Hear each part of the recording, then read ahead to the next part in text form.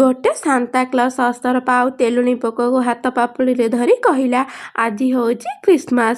ତମେ ଦୁଇଜଣ ମୋତେ 3ଟା ୱିଶ୍ ମାଗ, ମୁଁ ତାକୁ ଫୁଲଫିଲ୍ କରିବି। ସେମାନେ ଦୁଇଜଣ ଶୁଣି ଭାରି ଖୁସି ହୋଇଗଲେ। ଅସରପା ମାଗିଲା, ମୋର ଅଧିକରୁ ଅଧିକ ଗୋଡ଼ ଦରକାର। ତେଲୁଣି ପୋକ ବି କହିଲା, ମୋର ବି ଅଧିକରୁ ଅଧିକ ଗୋଡ଼ ଦରକାର। ସାନ୍ତା କହିଲା, ଗ୍ରାଣ୍ଟେଡ୍। ତାଙ୍କ ଦୁଇଜଣଙ୍କର ଗୋଡ଼ ସଂଖ୍ୟା ବଢ଼ିଗଲା।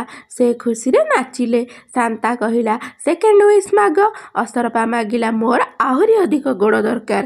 ତେଲୁଣି ପୋକ ବି କହିଲା, ମୋର ବି ଦରକାର। ପୁଣି ଦୁଇଜଣଙ୍କ ଗୋଡ଼ ସଂଖ୍ୟା ବଢ଼ିଗଲା। ପୁଣି ସେମାନେ ଖୁସିରେ ନାଚିଲେ। ସାନ୍ତା ପୁଣି କହିଲା, ଏବେ ତମର ଶେଷ ୱିଶ୍ଟେ ମାଗ।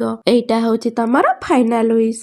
ଅସରପା ଆଗୁଆ ୱିଶ୍ ନ ମାଗି ରହିଗଲା। ଭାବିଲା, ମୁଁ ଯାହା ମାଗୁଛି ତେଲୁଣି ପୋକ ସେଇଆ ମାଗୁଛି, ଏବେ ପ୍ରଥମେ ସେ ମାଗୁ। ତେଲୁଣି ପୋକ ଆଟିଟ୍ୟୁଡ୍ ଦେଖେଇ ମାଗିଲା, ଏବେ ମୋର ଦାନ୍ତ